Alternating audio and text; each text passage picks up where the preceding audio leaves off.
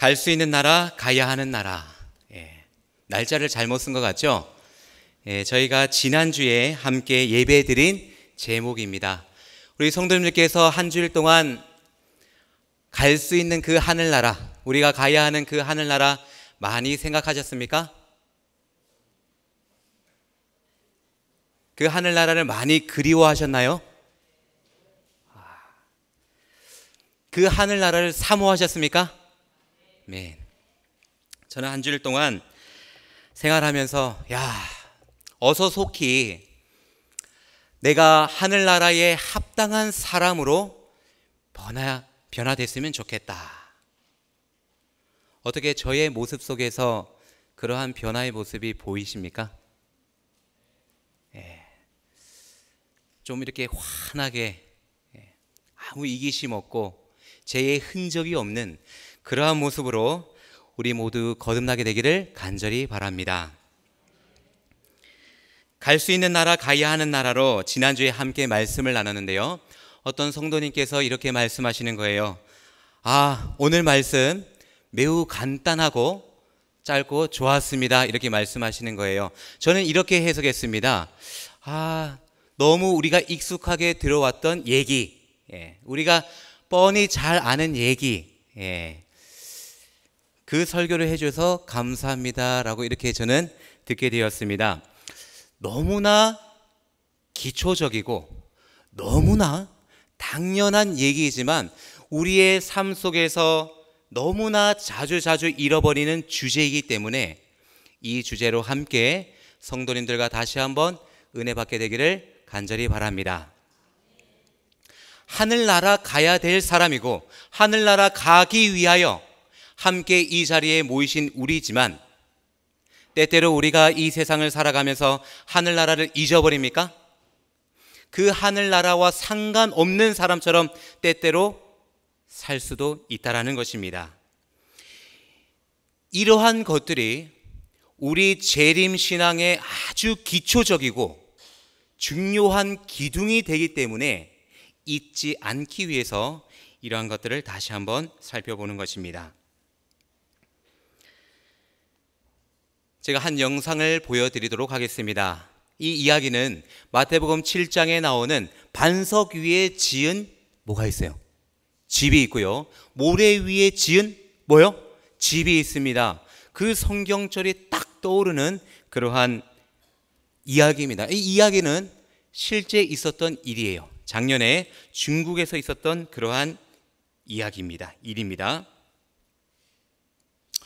제목은 넘어간다입니다. 중국에서 폭우가 막 쏟아졌어요. 쏟아지니까 눈 깜짝할 사이에 이 집이 3층짜리 건물이 넘어가 버린 겁니다. 뭐가 튼튼하지 않았기 때문에 그럴까요? 기초가 튼튼하지 않기 때문에. 반석 위에 지은 집은 아무리 창수가 나고 폭우가 쏟아져도 튼튼히 견딜 수 있는데 이 기초가 부실하다 보니까 비가 좀 많이 오니까 그냥 넘어가 버리는 것입니다.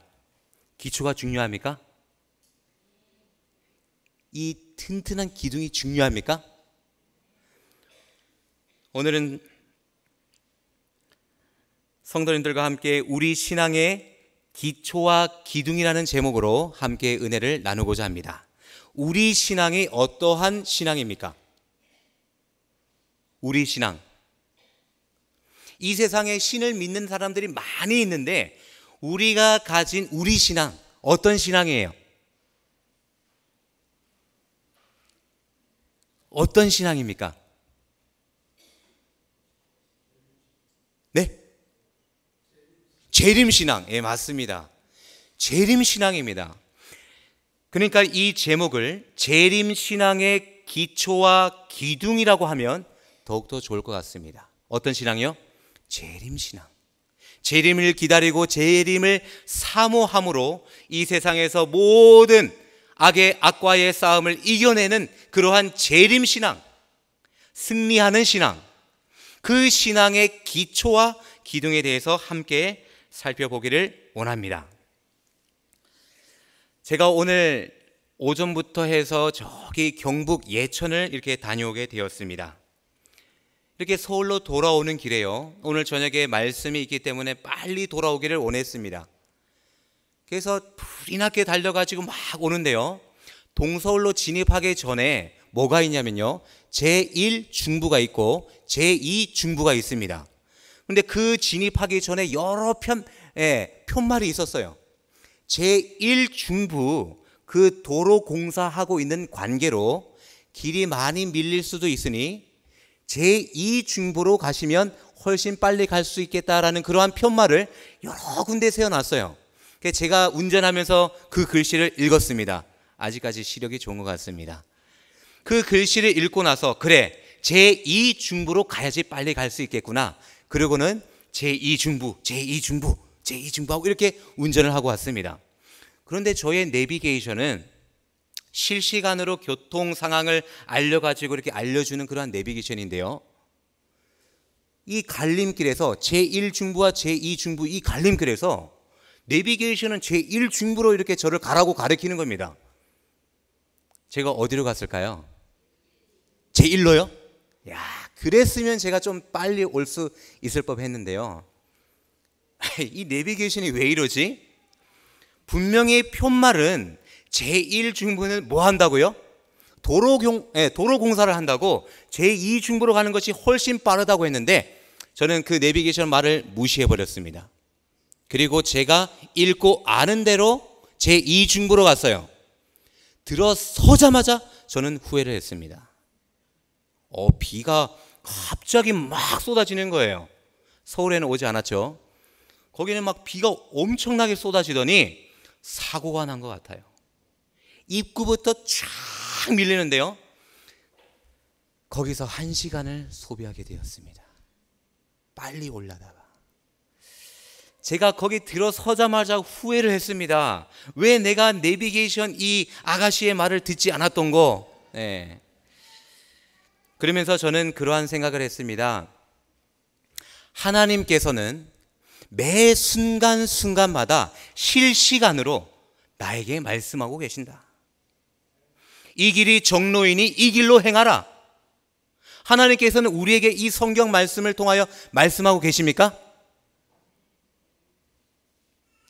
이럴 때 조금 크게 아멘 해주시면 감사하겠습니다. 하나님께서는 말씀으로 우리에게 알려주세요. 이 길로 가야 된다. 이 길로 가야 너희가 살 수 있다. 알려주세요. 그런데 어설픈 나의 지식, 어설픈 나의 이 지혜로 아니야, 이 길이 바른 길이야, 이 길이 확실한 길이야 이러고 그 들려오는 음성을 무시하고 내가 아는 길로 가다가 봉변을 당하지요. 저는 그 밀려있는 1시간 동안 그 고속도로에 갇혀 있으면서 이러한 생각 절실하게 했습니다. 예배 시간은 점점 가까워 오는데 마음이 너무 불안한 거예요. 아직까지 저 지금 막 떨립니다. 늦으면 어떡할까? 이 재림신앙의 기초는 저는 이렇게 결론을 내렸습니다. 매 순간마다 하나님의 말씀에 귀를 기울이는 것이 재림신앙의 기초다. 그것이 재림신앙의 기둥이다. 맞습니까? 아멘. 우리의 지식, 우리의 지혜, 우리의 아는 것, 이런 것 다 내려놓고 하나님의 말씀에 귀를 기울이시게 되기를 간절히 바랍니다. 재림신앙의 기초와 기둥이라고 하면 우리 성도님들께서는 어떤 성경절을 대시겠습니까? 재림신앙의 기초와 기둥, 어떤 성경절이 있죠?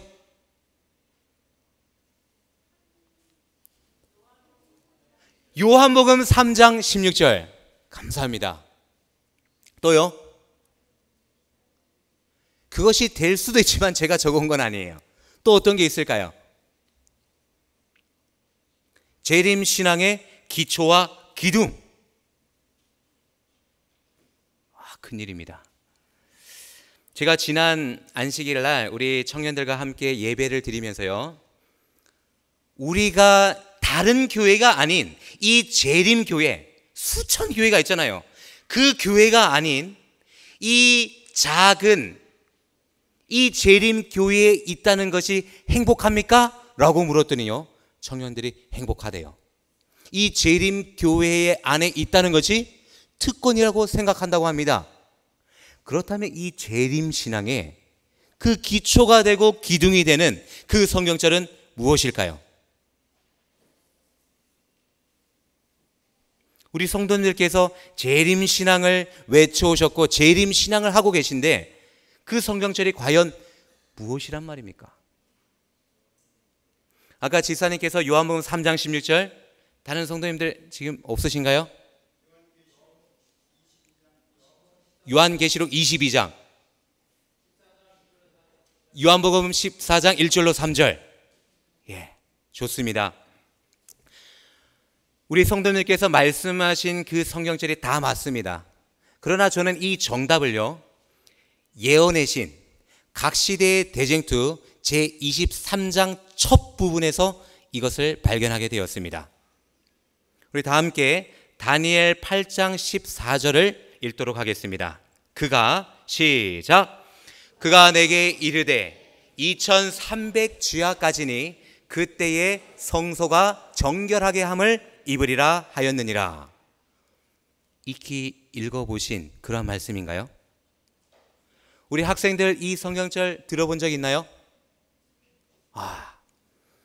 이것이 재림신앙의 기초와 중요한 기둥이 되는 성경절이라고 엘렌 G. 화이트는 기록하고 있습니다. 그것을 제가 이렇게 적어왔습니다. 각 시대의 대쟁투 영문 페이지로 409페이지입니다. 성경에서 어떤 말씀보다 재림신앙의 기초가 되고 중요한 기둥이 되어 온 것은 2300주야까지니 그때의 성소가 뭐하게 함을 입으리라? 정결하게 함을 입으리라 라고 한 이 말씀이다. 그 말씀은 그리스도께서 속히 오실 것을 믿는 모든 사람들, 우리 맞습니까? 예수님께서 속히 오신다는 것을 믿고 있는 우리 맞아요? 아멘. 우리 믿고 있잖아요. 우리들에게 친숙한 말씀이 되어 왔다. 여기에는 친숙한 말씀이라 그랬는데요, 오늘 저녁은 친숙하지 않았던 것 같습니다. 예. 다니엘서 8장 14절 2300주야까지니 그때의 성소가 정결하게 함을 입으리라. 아멘.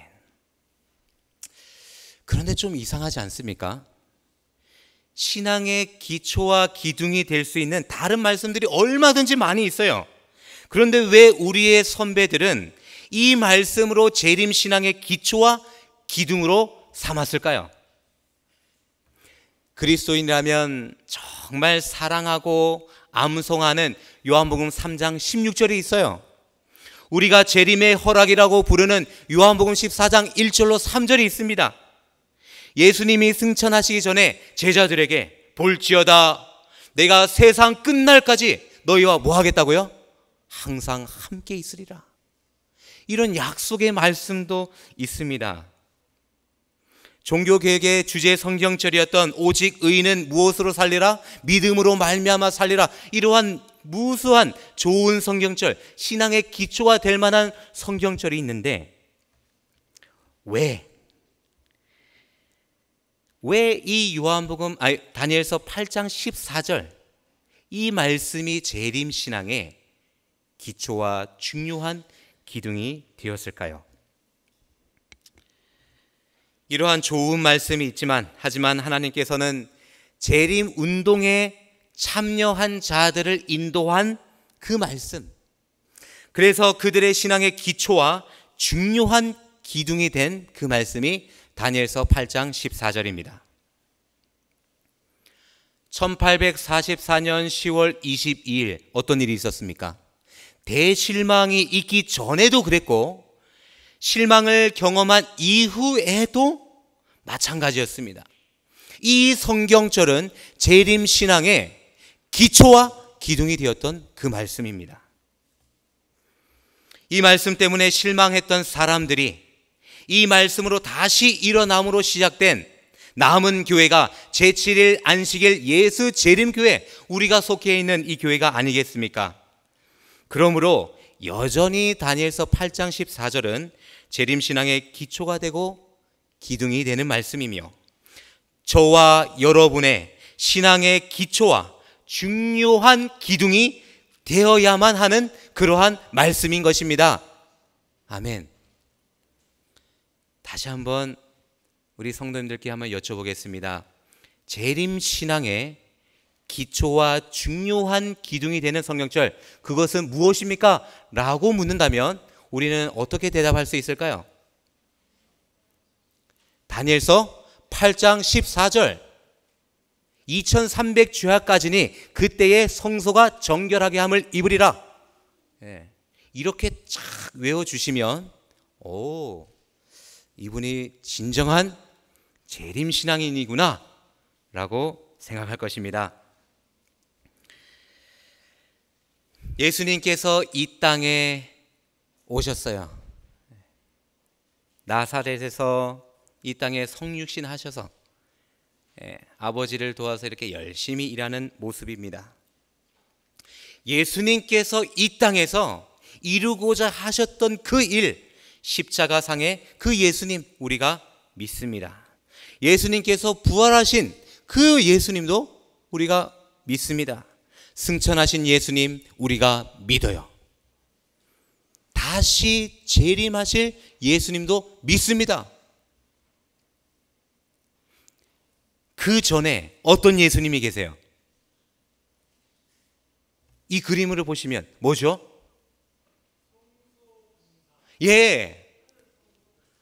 하늘 성소에서 예수님께서 우리의 대제사장으로 봉사하시는 정결 사업을 하고 계신다는 것을 우리는 믿습니다.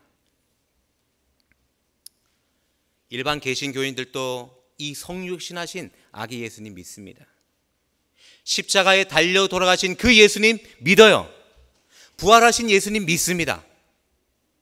그리고 승천하신 예수님도 믿어요. 그리고 다시 재림하실 예수님도 믿습니다. 그러나 이 개신교회와 우리 이 재림신앙을 가지고 있는 남은 교회라고 자처하는 우리 이 제7일 안식일 예수 재림교인들, 어떤 예수님 믿어요? 지금 하늘 성소에서 우리를 위하여 정결 사업을 하고 있다는 것을 믿고 있습니까? 이것이 이 개신교회와 재림신앙을 가지고 있는 재림 성도와의 극명한 차이점이 되는 것입니다. 그렇다면 우리의 신앙의 선배들이 왜 다니엘서 8장 14절의 말씀을 재림신앙의 기초와 기둥으로 삼았을까요? 그 뜻은 무엇일까요? 이 예수님만이 교회의 기초가 되고 예수님만이 이 믿음의 기둥이 될 수 있다는 말을 몰랐기 때문일까요? 그럴 리가 없습니다. 우리의 선배들은 다니엘 8장 14절에 예언된 2300주야라는 기간이나 성소 정결이라는 그 사건을 재림신앙의 기초와 기둥으로 삼은 것이 아닙니다. 이 예언의 기간, 이 하늘 성소의 정결 사업, 이 사건을 기초와 기둥으로 삼은 것이 아니에요. 그들은 2300주야라는 이 예언적 기간이, 그리고 성소 정결이라는 이 사건이 가르치는 누구를 기초와 기둥으로 삼은 겁니까? 누구요? 이 예언이 가르치는 예수님, 하늘 성소의 이 정결 사업이 가르치는 그 예수님을 우리의 선배들은 이 재림신앙의 기초로 삼았던 것입니다. 요한복음 5장 39절에는 이렇게 기록하고 있습니다. 너희가 성경에서 영생을 얻는 줄 생각하고 너희가 성경을 상고하거니와 이것이 곧 누구에 대하여? 내게 대하여 증거하는 것이로다. 이 예언적 기간, 이 예언적 사건, 이 모든 것들이 다 누구를 가리키고 있는 겁니까? 다 누구요? 조금 크게 말씀해 주시면 참 고맙겠습니다. 다 누구를 가리키는 거예요? 예수님. 아멘. 예수님께서도 들으실 때 이렇게 기쁘게 대답해 주시면 참 좋겠습니다. 예. 이 기간과 이 사건이 누구를 가리키고 있는 겁니까? 예수님을 가리키고 있는 겁니다. 우리가 믿고 있는 그 예수님을 가리키고 있는 거예요. 이 예언적 기간에서 예수님을 찾으면, 이 예언적 사건에서 예수님을 만나면 우리는 견고한 재림신앙의 기초를 쌓게 되는 것이며 든든한 재림신앙의 기둥을 갖게 되는 것입니다. 아멘.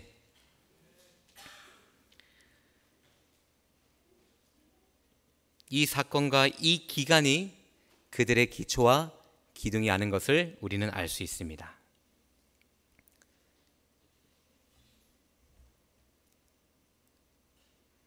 하나님께서, 예수님께서 그 2300주야라는 기간의 끝에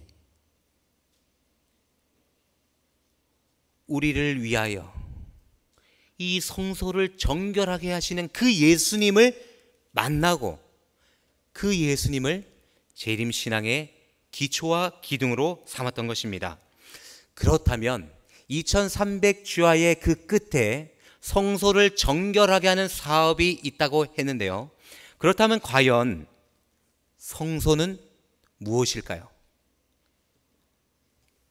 그것을 살펴보기 전에 우리가 다니엘서 8장 전에 있는 7장과 8장을 한번 살펴보도록 하겠습니다. 2장과 7장과 8장은 역사적으로 같은 나라들을 계속적으로 보여주고 있습니다. 그리고 그 세상 끝에 어떤 일이 있는 것을 보여주고 있는 것입니다. 다니엘 7장에 사자가 나오고요, 곰이 나오고 표범이 나오고 용이 나옵니다.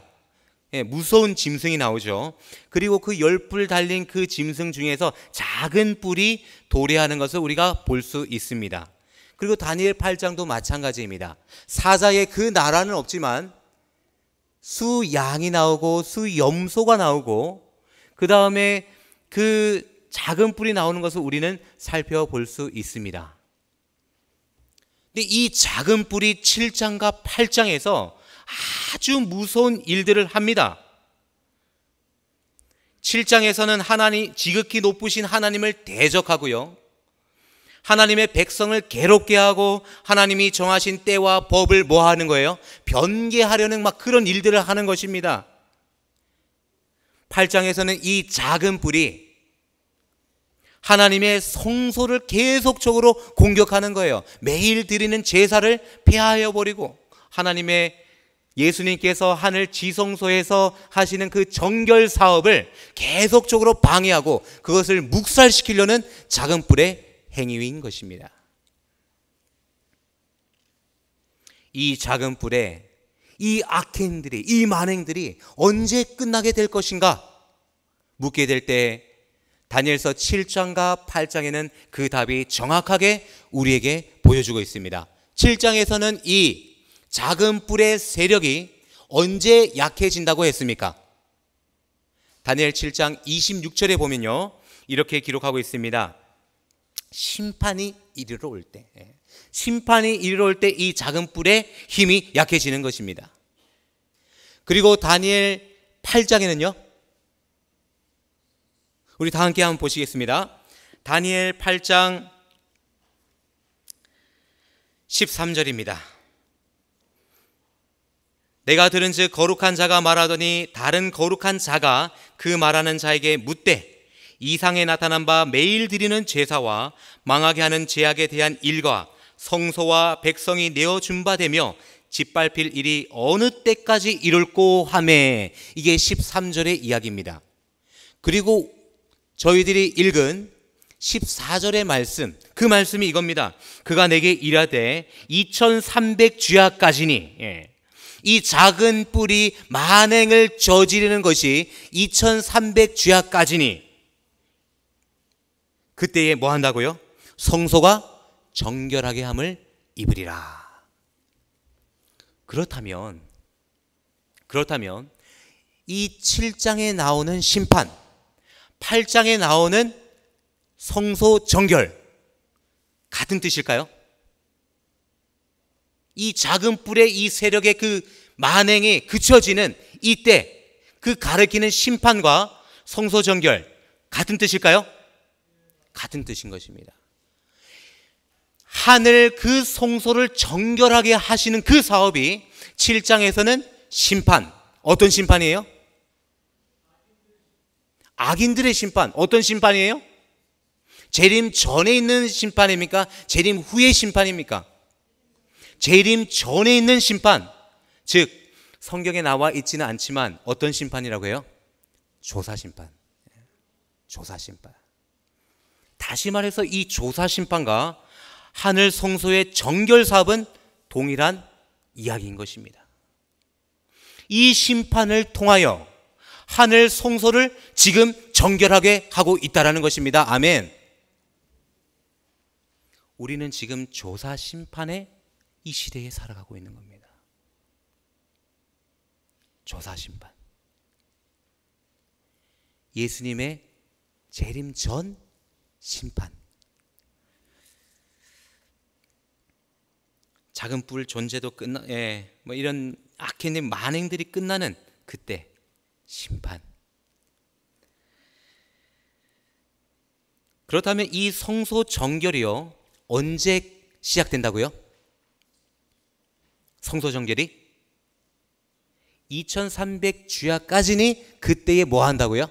성소가 정결하게 함을 입으리라. 자, 그렇다면 2300주야라는 그 예언적 기간은 있는데 과연 그 끝이 언제이고 그 시작이 언제인가? 그게 있어야 되잖아요. 그럼 다니엘 8장 14절에 이 우리의 이 재림 신앙의 기초와 기둥이 되는 이 2300주야의 이 예언의 시작과 그 끝, 이걸 알아야 되는데 우리는 어디서 알 수 있을까요?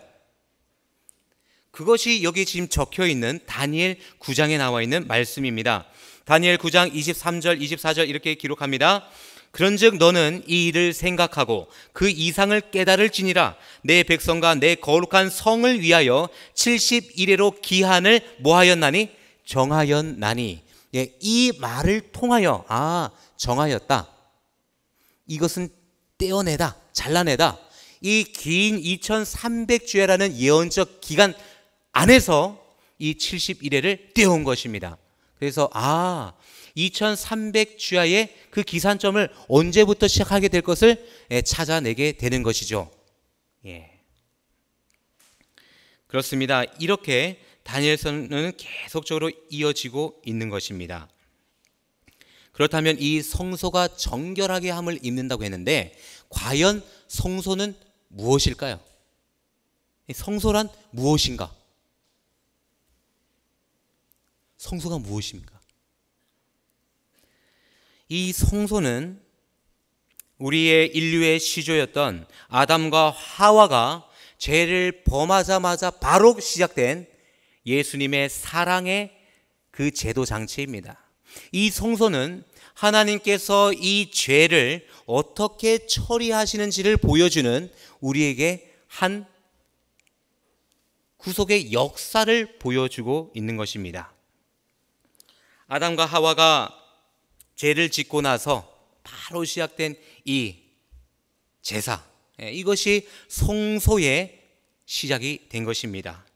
그리고 나서 이제 우리의 선조들이 이동을 하면서 그 가는 곳마다 무엇을 쌓았어요? 이것이 제단 성소입니다. 그리고 이스라엘 백성들이 출애굽하면서 이동하면서 지었던 어떤 성막이요? 성막 성소가 있습니다. 그리고 이제 팔레스타인에 이스라엘 백성들이 이제 정착하면서 솔로몬이 처음으로 지었던 뭐예요? 성전 성소가 있습니다. 그런데 지금 이 지구상에 있었던 이 성소의 공통점은 무엇일까요? 공통점. 무슨 피로 제사를 드려요? 짐승의 피. 그렇습니다. 이 땅에 있던 성소는요, 다 짐승의 피로 하는 거예요. 아담도 그랬고요, 우리의 이동하던 선조들도 그랬고요, 성막에서도 그랬고, 성전에서도 그랬고, 짐승의 피로 제물을 드렸던 것입니다. 그런데요, 하늘 성소 1844년 12월에 하이람 에디슨을 통하여 이상으로 보여준 그 하늘 성소, 예수님께서 우리의 대제사장이 되셔서 우리의 이 죄를 정결하게 하는 그 사업, 그 장소, 그 하늘 성소, 그 하늘 성소에서는 누구의 피로 합니까? 짐승의 피로 하지 아니하고 히브리서 9장 12절에 보면 친히 자기 피로 영원한 속죄를 이루사. 아멘. 이것이 진짜 하늘 성소이고요, 이 성소는 실제로 존재하는 것입니다. 이 성소에서 우리를 위하여 정결 사업을 하고 계시는 그 예수님, 그 예수님을 믿고 있는 신앙, 그 예수님을 붙드는 그 신앙이 재림 신앙인 것입니다. 아멘. 하늘 성소에서는 예수님께서 짐승의 피를 하지 않으세요. 자기 피로 영원한 속죄를 이루고 계십니다. 히브리서 4장 14절로 16절에는 이렇게 기록합니다. 그러므로 우리에게 큰 대제사장이 있으니 승천하신 자 곧 하나님 아들 예수시라. 우리가 믿는 도리를 굳게 붙잡을 지어다. 우리가 믿는 도리를 뭐 하라고요? 굳게 붙잡을 지어다. 아멘. 하늘 성소를 정결케 하고 계시는 그 예수님, 우리의 대제사장이신 그 예수님을 굳게 붙잡게 되기를 간절히 바랍니다. 히브리서 9장 13절과 14절은 이렇게 기록합니다. 염소와 황소의 피와 및 암송아지의 죄로 부정한 자에게 뿌려 그 육체를 정결케 하여 거룩케 하였거든 하물며 영원하신 성령으로 말미암아 흠없는 자기를 하나님께 드린 그리스도의 피가 어찌 너희 양심으로 죽은 행실에서 깨끗하게 하고 살아계신 하나님을 섬기게 하지 못하겠느냐? 아멘. 이 짐승의 피, 이 피와 예수님의 피를 극명하게 대조를 해주고 있습니다. 염소와 황소의 피와 그러한 짐승의 피로도 그 피를 그 육체에 뿌려 그 육체를 정결케 하여 거룩케 하였거든 흠없는 이 그리스도의 피를 믿는 그 사람들을 하나님께서 왜 정결케 하지 못하겠느냐? 그 사람을 어떻게 새롭게 하지 못하겠느냐? 이렇게 반문하고 있는 것입니다. 우리 사랑하는 성도 여러분, 우리를 위하여 하늘 성소를 정결케 하시는 그 예수님을 믿으십니까? 그 예수님을 붙잡고 계십니까? 자기 피로 영원한 속죄를 이루시는 이 예수님만이 우리를 깨끗하게 하고 살릴 수 있는 것입니다. 그렇기 때문에 이 재림 신앙만이 우리를 바른 길로 인도할 수 있고요, 이 재림 신앙만이 우리를 참되게 변화시켜 줄 수 있고, 이 재림 신앙만이 우리를 영원한 하늘나라로 인도하여 주실 것입니다. 베들레헴에서 태어나고 나사렛에서 자란 예수님을 알지만 십자가에 달려 죽으신 예수님을 알지 못한다면 어떻게 될까요? 십자가의 은혜가 아무런 효력이 없을 것입니다. 십자가에 달려 죽으신 그 예수님을 알지만 사흘 만에 부활하신 그 예수님을 알지 못한다면 우리는 어떻게 될까요? 부활의 소망 없이 살다가 죽을 수밖에 없는 그러한 몸이 되고 말 것입니다. 부활하신 예수님을 알지만 하늘로 승천하신 예수님을 모른다면 우리는 어떻게 될까요? 예수님을 만나기 위해 세상 곳곳으로 돌아다니게 될 것입니다. 승천하신 예수님을 알지만 유일한 중보자이신 예수님을 알지 못한다면 우리는 어떻게 될까요? 마리아나 신부들에게 죄를 고백하고 죄의 용서를 받았다는 그 거짓 확신 속에 빠지게 될 것입니다. 이 기초가 튼튼하지 않으면, 이 기초가 튼튼하지 못하면 우리의 믿음이 아무리 강할지라도 우리를 잘못 인도할 것입니다. 다니엘 8장 14절은 우리에게 성소를 정결하게 하시는 대제사장 예수님을 보여주고 계십니다. 성소를 정결하게 하시는 그 예수님을 바라보라고 말씀하십니다. 성소를 정결하게 하시는 그 예수님을 믿으라고 말씀하시는 것입니다. 아멘. 이것이 우리 재림신앙의 기초와 기둥이 되어야 하는 것입니다. 이것이 우리 믿음의 기초가 되어야 하는 것입니다. 그러므로 함께 하늘의 부르심을 입은 거룩한 형제들아, 그러므로 함께 하늘의 부르심을 입은 우리 거룩한 교문이 교회 성도들이시여, 우리의 믿는 도리의 사도시며 대제사장이신 예수를 깊이 생각하십시다. 그 예수님을 잊지 않는 것이, 그 예수님을 붙잡는 것이 우리 신앙의 기초가 되어야 하지 않겠습니까? 제가 요즘 잘 하는 일이 있습니다. 잘 하는 일이 있어요.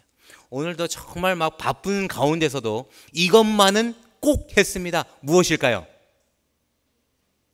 맞추시면 제가 상품을 하나 드리도록 하겠습니다. 제가 하루에도 많이 바쁘지만 이것만큼 잊지 않고 합니다. 무엇일까요?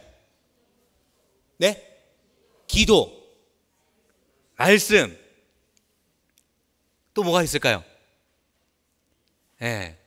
저는 하루에 바쁜 가운데서도 이것만은 꼭 합니다. 청소입니다. 청소. 제가 혼자 살 때는요, 청소를 일주일에 몇 번 했을까요? 한 번. 금요일에 한 번 했습니다. 설거지를 몇 번 했을까요? 한 번. 금요일에 한 번 했습니다. 빨래를 몇 번 했을까요? 한 번. 금요일에 다 끝나는 겁니다. 그런데 요즘 아기가 생기고 나서 집이 좀 깨끗해져야겠다 하고 저는 매일 청소를 합니다.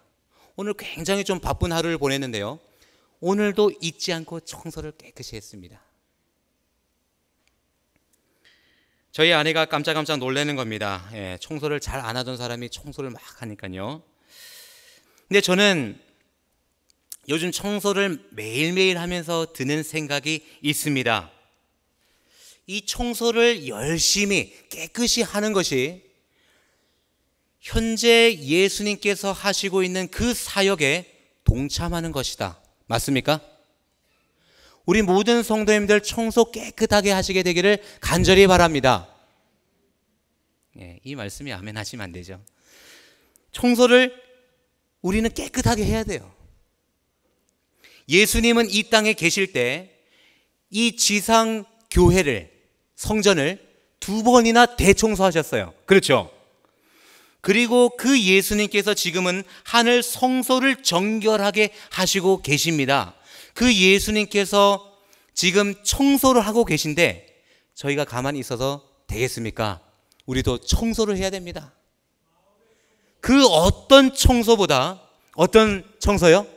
마음의 청소를 해야 하는 것입니다.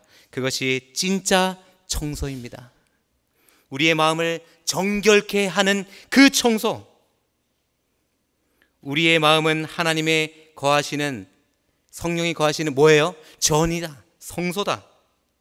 그렇기 때문에 우리는 이 청소를 깨끗이 해야 하는 것입니다. 마음의 성소에 죄가 들어오지 말아야 하고요, 그 들어와 있는 그 죄를 쓸어내 버려야 하는 것입니다. 그런데 우리에게 우리에게는 이 더러워진 마음의 성소를 정결하게 할 수 있는 힘이 있습니까? 대답 안 하신 성도님들은 힘이 있다라고 믿겠습니다. 이 마음의 성전을 깨끗하게 할, 정결하게 할 능력이 있습니까?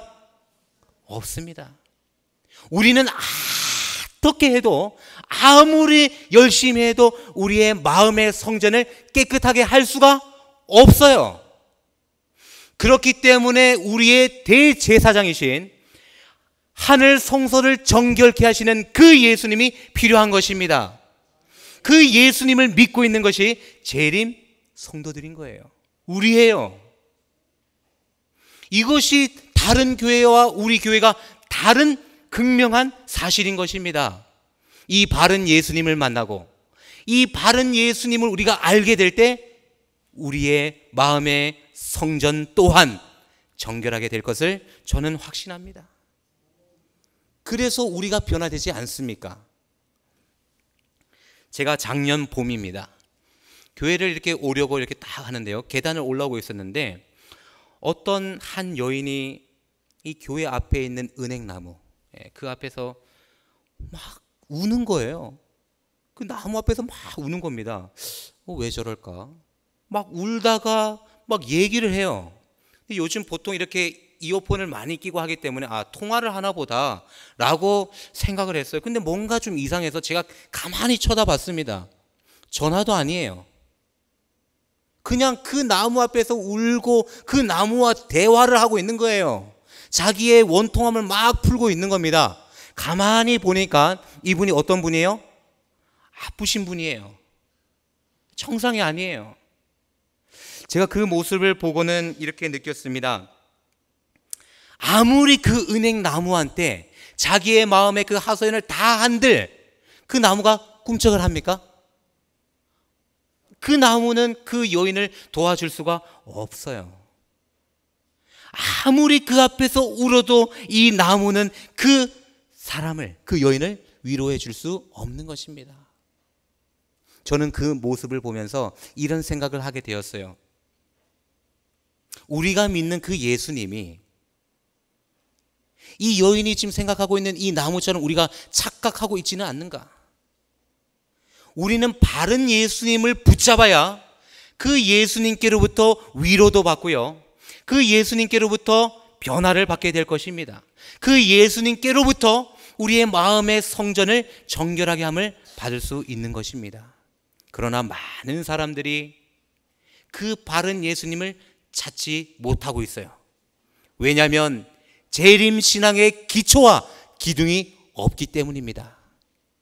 사랑하는 성도님들이시여, 재림신앙의 기초와 기둥을 가지고 있는 우리, 이 기초와 기둥을 모르고 있는 사람들에게 알려주지 않겠습니까? 아멘. 그러기 위해서는 우리가 이 기초를 가져야 돼요. 그러기 위해서는 우리가 이 기둥을 확실하게 가지고 있어야 되는 것입니다. 아멘. 대쟁투 425페이지는 이렇게 기록합니다. 하늘에서 조사 심판이 진행되고 있는 동안, 회개한 신자들이 제가 성소에서 도말되고 있는 동안, 지금입니다. 조사 심판의 이때입니다. 세상에 있는 하나님의 백성들 사이에는 정결케 하고 죄를 버리는 특별한 일이 이루어져야 한다. 이 일이 완성될 때에 그리스도를 따르는 사람들은 그분의 재림을 맞이하기 위한 준비를 갖추게 될 것이다. 아멘. 이 말씀을 보면서 많은 두려움이 있었습니다. 이 조사 심판의 때에 나는 어떠한 생각으로 살아가고 있는가? 나는 어떤 목적을 가지고 살아가고 있는가? 재림신앙의 이 기초와 기둥을 굳게 붙잡아야겠다. 그 대답밖에 내리지 못했습니다. 바울은 히브리서 12장 2절에 이렇게 우리에게 호소를 합니다. 믿음의 주여 또 온전케 하신 이인 예수를 바라보자. 예수님은 온전케 하시는 우리의 대제사장이십니다. 하늘 성소를 온전케 하실 뿐만 아니라 죄에 익숙한 우리를 온전케 하시는 자비하신 대제사장이십니다. 이 예수님을 우리의 신앙의 기초와 중요한 기둥으로 삼을 때 우리는 진정한 변화를 경험하게 될 것이고 진정한 구원을 경험하게 될 것입니다. 주님이 다시 오시는 그날까지 신실하게 믿음을 지키는 재림성도 교문이 교회 가족 되시기를 간절히 바라며 말씀을 드리도록 하겠습니다.